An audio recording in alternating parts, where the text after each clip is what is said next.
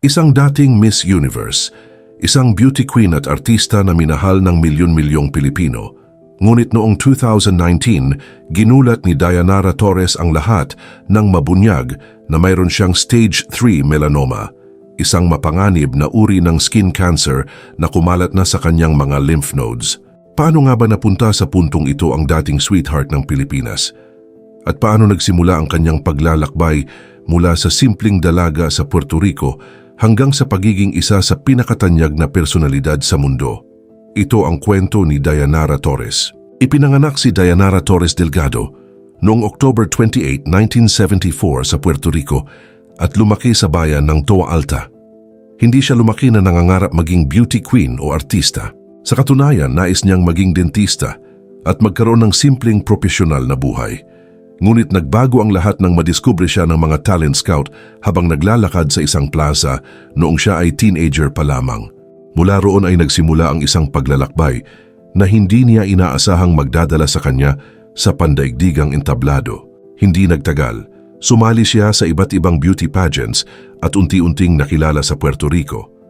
Ang kanyang natural na kagandahan, karisma at kumpiyansa ay naging daan upang mapili bilang kinatawan ng kanyang bansa sa Miss Universe 1993. Sa edad na 18 taong gulang, nagawa niyang talunin ang iba pang kandidata mula sa iba't ibang panig ng mundo at tuluyang nakoronahan bilang Miss Universe 1993. Ang pagkapanalong ito ang nagbukas ng maraming oportunidad para sa kanya sa larangan ng entertainment at media. Noong 1994 dumating si Dayanara sa Pilipinas bilang reigning Miss Universe para sa Miss Universe pageant na ginanap sa Maynila. Ang kanyang pagbisita ay dapat sana'y panandalian lamang. Pero bago po ang lahat, baka pwedeng palike muna ang video na ito. Isang simpleng click lang, pero malaking tulong yan sa aming mga content creators para makagawa pa ng mga kwentong gaya nito. Maraming salamat po. Ngunit dahil sa mainit na pagtanggap ng mga Pilipino at sa dami ng alok na natanggap niya mula sa telebisyon at pelikula, nagpasya siyang manatili sa bansa. Mabilis siyang naging paborito ng publiko. Hindi lamang dahil sa kanyang kagandahan, kundi dahil sa kanyang pagiging magalang, palakaibigan at down to earth. Maraming Pilipino ang humanga sa kanyang personalidad at sa paraan ng kanyang pakikitungo sa mga tao. Isa sa mga proyektong nagpatatag ng kanyang kasikatan ay ang kanyang pagiging bahagi ng ASAP. Bilang isa sa mga pangunahing hosts at performers ng programa, naging regular siyang napapanood sa telebisyon. Dito niya ipinakita ang kanyang husay sa pagsasayaw dahilan upang bansagan siyang dancing queen. Bukod sa telebisyon, naging matagumpay rin siya sa pelikula. Isa sa kanyang pinakasikat na proyekto ay ang Basta't Kasama Kita kasama si Aga Muhlak. Naging malaking hit ang pelikula at lalong nagpalakas sa kanilang kasikatan bilang love team. Hindi nagtagal, ang kanilang tambalan sa pelikula ay nauwi rin sa tunay na relasyon. Tumagal ng halos 5 taon ang relasyon ni Dayanara at Aga. Itinuturing sila noon bilang isa sa pinakamagandang celebrity couples sa bansa. Marami ang naniniwalang mauuwi sila sa kasalan dahil seryoso ang kanilang relasyon at kitang-kita ng publiko ang kanilang pagmamahalan. Habang tumatagal ang kanilang relasyon, lalong naniwala ang publiko na sila na ang magkakatuluyan. Ayon sa mga ulat noon, seryoso ang dalawa sa kanilang mga plano para sa hinaharap.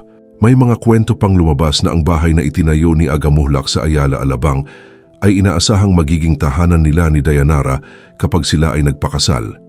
Dahil dito, lalong umasa ang kanilang mga tagahanga na balang araw ay maririnig nila ang balitang ikakasal na ang isa sa pinakasikat na magkasintahan sa showbiz. Ngunit sa kabila ng kanilang matatag na relasyon, dumating ang panahon na kinailangan nilang tahakin ang magkaibang landas. Habang dumarami ang oportunidad ni Dayanara sa Amerika at Puerto Rico, nanatiling nakasentro naman sa Pilipinas ang karera ni Aga. Noong 1998, tuluyan silang naghiwalay. Bagamat walang malaking iskandalo o kontrobersyang naging dahilan ng kanilang breakup, naging masakit ito para sa kanilang dalawa.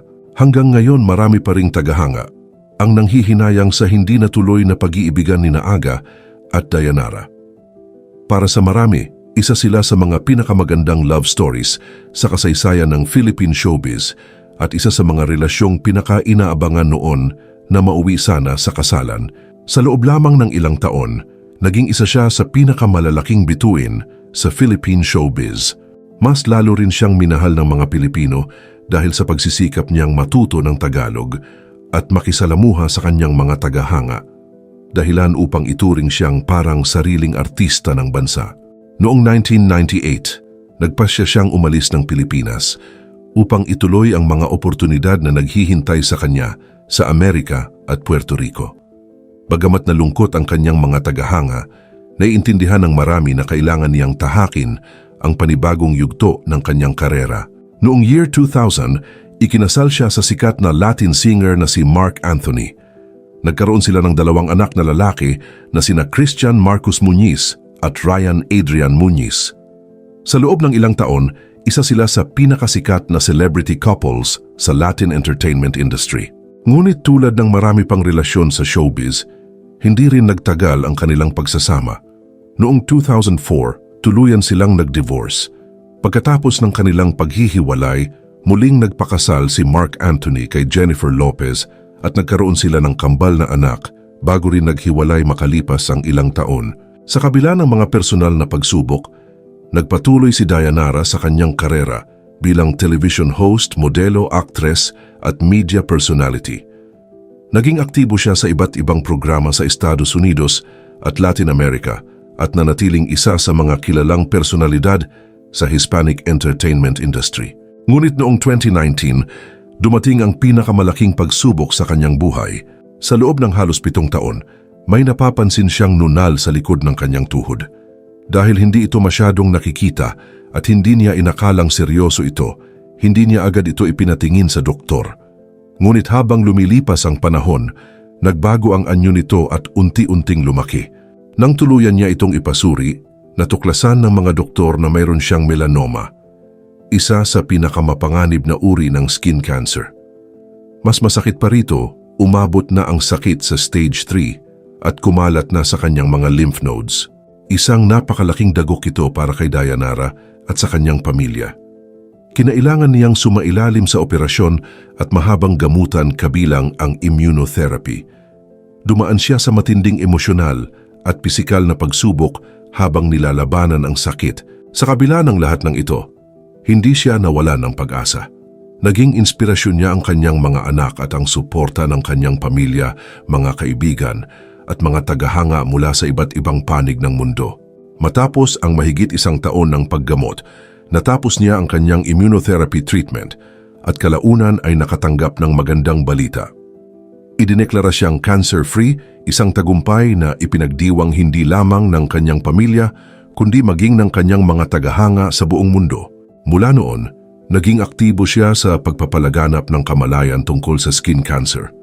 Madalas niyang ikwento ang kanyang karanasan upang hikayatin ang mga tao na huwag baliwalain ang anumang pagbabago sa kanilang katawan at agad magpatingin sa doktor kung kinakailangan. Sa kasalukuyan, aktibo pa rin si Dayanara Torres bilang television host, modelo at media personality sa Estados Unidos at Latin America. Mula sa pagiging simpleng dalaga sa Puerto Rico, naging Miss Universe siya. Naging minamahal na artista sa Pilipinas at matagumpay na nalampasan ang kanyang laban sa cancer. Ang kanyang kwento ay patunay na ang tunay na kagandahan ay makikita sa lakas ng loob at katatagan sa harap ng mga pagsubok ng buhay.